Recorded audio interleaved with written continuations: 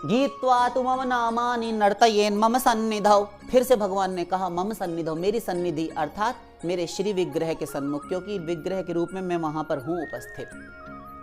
गीत्वा तु मम नामानि, मेरे गीतों का, मेरे गुणों का गायन करते हुए, मेरे नामों का गायन करते हुए, नर्तयेन मम सन्निधौ, मेरे श्री विग्रह, मेरी मूर्ति के आगे, मेरे मंदिरों में कीर्तन करते हुए गाए और नाचे, नृत्य करे।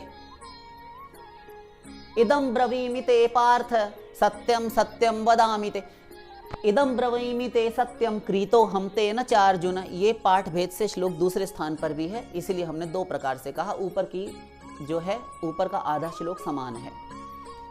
इदं ब्रवीमि ते सत्यम क्रीतो हम तेन च अर्जुन, हे अर्जुन तुमसे मैं सत्य सत्य कहता हूँ, उन भक्तों के द्वारा जो मेरे सन्मुख मेरे नामों का कीर्तन करते हुए नाचते हैं, नृत्य करते हैं, मुझे रिझाते हैं, मैं उनके द्वारा खरीदा जाता हूँ। ये मूल्य है भगवान का। आदि पुराण। फिर कहा भक्ति ग्राह्यो ऋषिकेशो न धनैर्धरणी सुराः भक्त्या संपूजितो विष्णु प्रददाति समीहितम। नारद पांचरात्र। श्री भगवान धन संपत्ति ऐश्वर्य सुरा वैभव इन सब से प्राप्त नहीं होते। कितने ही पैसे वाला हो, अरबपति खरबपति स्वर्ग सम्राट इंद्र हो, कुबेर धनाध्यक्ष हो, कोई हो, नहीं पा सकता, नहीं खरीद सकता। भगवान केवल भक्ति के वश में हैं।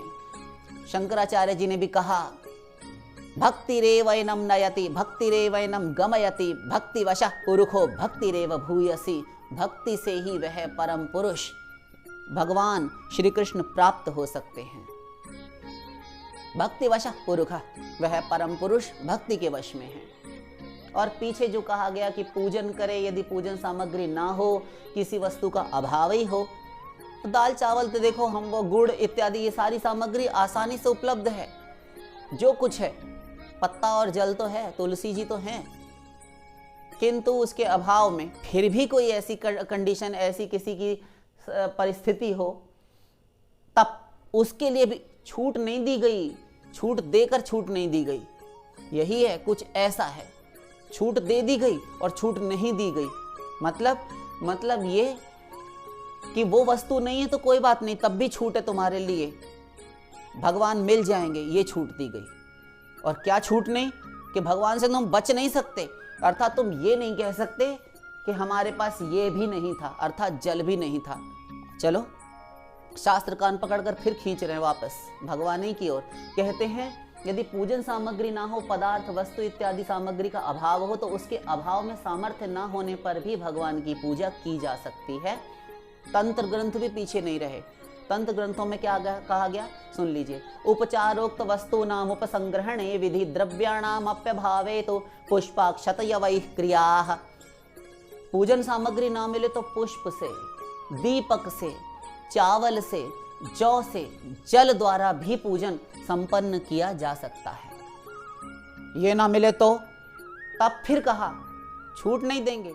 अर्चोपचार वस्तु नाम भावे समुपस्थिते निर्मले नोदके नैव द्रव्य संपूर्णता भवेत। कुछ भी ना मिले, कुछ भी ना मिले तो केवल शुद्ध जल से, शुद्ध जल से, आपके पास आरओ का जल आता है उसी से, गंगा तो सब सारे शहरों में नहीं है, तो आप उसी से कीजिए। पवित्र शुद्ध जल हो तो कुछ ना मिले तो पवित्र शुद्ध जल से भी पूजा संपन्न की जा सकती है। जल से भी पूजन संपूर्ण कर लेने पर द्रव्य द्वारा पूजा करने का सा ही फल प्राप्त होता है। अभी और सुन लीजिए। फिर कहा यदयन्नूनम भवत्येव रामाराधन साधनम तुलसी दल मात्रेण। फिर कहा कुछ ना मिले तो केवल जल और तुलसी से पूजन कर ले। तुलसी दल मात्रेण जलस्य चुलुकेन वा विक्रीणेते स्वमात्मानं भक्तेभ्यो भक्तवत्सल। गौतमीय तंत्र। सब कह रहे हैं भावग्राही जनार्दन। भगवान जनार्दन भाव ग्रहण करने वाले हैं, वो बस भाव देख लेते हैं आपके हृदय में क्या है, क्या मंशा है। अगर मेरे हाथों में पूजन का सामान नहीं था, फिर भी कैसे कह दूं कि इन प्राणों में पूजन का अरमान नहीं था। भले ही मेरे पास सामग्री नहीं थी, किंतु ऐसा नहीं कि पूजन करना नहीं चाहती थी अथवा मैं करना नहीं चाहता था। ये किसी की सुनी हुई लाइनें हैं, पंक्तियां हैं, हमने बहुत छोटे पे कहीं सुनी थी, किन्हीं कथावाचक के श्रीमुख से। भावग्राह्य मनीडाख्यम भावा भावकरम शिवम। भगवान भाव ग्रहण करते हैं। बस प्रेम करो, प्रेम दो हमें, तुम हमें बस प्रेम करो, थोड़ा सा प्रेम दो और कुछ नहीं चाहते। वैसे ही जैसे अपनी माँ से प्रेम करते हो, अपने पिता से, अपने पुत्र से, अपने स्वजन संबंधी, अपनी स्त्री, कलत्र कुटुंब आदि से प्रेम करते हो, अपने मित्रों से करते हो। अब इन्हीं में से कोई भाव यदि आ जाए तो उस भाव से हमसे संबंध जोड़कर तादात्म्य में स्थापित करो, प्रेम करो बस, क्योंकि राम ही केवल प्रेम प्यारा।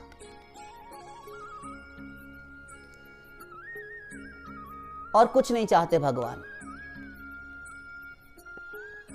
क्या देकर रिझाएंगे हम, क्या देकर प्रसन्न करेंगे भगवान को? क्या है हमारे पास, किसी के पास? कुछ नहीं। खरीदेंगे उन्हें?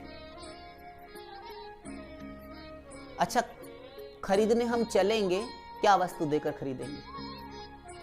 जो वस्तु ले रहे हैं उसके समान, उसकी समकक्षता, उसके मूल्य की, उसकी टक्कर की होनी चाहिए ना।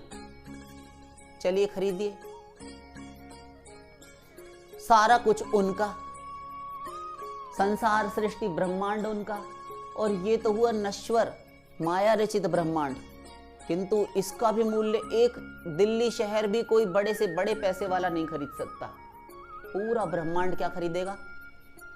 फिर शरीर भी उनका दिया हुआ, आत्मा उन्हीं का अंश, और उन्हीं का दास। अपनी वस्तु कौन सी है भला? कौन सी वस्तु है बताइए? कुछ नहीं। तन गंदा, मन गंदा, सब नश्वर, और मन तो घोर गंदा। सारे गंदे गंदे आइडिया, संकल्प, विकल्प सब इस मन में रहते हैं। और भगवान है दिव्य। ध्यान दीजिए, मन गंदा, तन गंदा, और संसार की प्रत्येक वस्तु माया के द्वारा, इस भगवान की एक निकृष्ट शक्ति है माया, उसके द्वारा रचित जो है वो सब गंदा ही है। स्वर्ग का सामान भी भगवान को नहीं खरीद सकता। उनकी एक संपत्ति, जो वहाँ का रत्न है, एक एक पुष्प है गोलोक का, वैकुंठ जगत का, स्वर्ग का नंदन वन उसकी समानता नहीं कर सकता। फिर ये पृथ्वी के भोग और विषय पदार्थ वस्तुएं, ये तो नगण्य है, कोई गिनती में नहीं, ध्येय है। खरीदिए। भगवान दिव्य हैं, और दिव्य अलौकिक ध्यान दीजिए, दिव्य अलौकिक भगवान को गंदी नश्वर प्राकृत वस्तु पदार्थ से सब चीजें देकर कैसे खरीदेंगे आप? कैसे खरीदेंगे? दिव्य अलौकिक वस्तु का मूल्य लौकिक प्राकृत नश्वर वस्तु कभी नहीं हो सकती। तो बस मन का प्रेम करें, मन से भाव बनाए, मन का भाव दीजिए और भावना का प्रसाद चढ़ाइए। वे दौड़े आएंगे, मिल जाएंगे आपको। शेष फिर कभी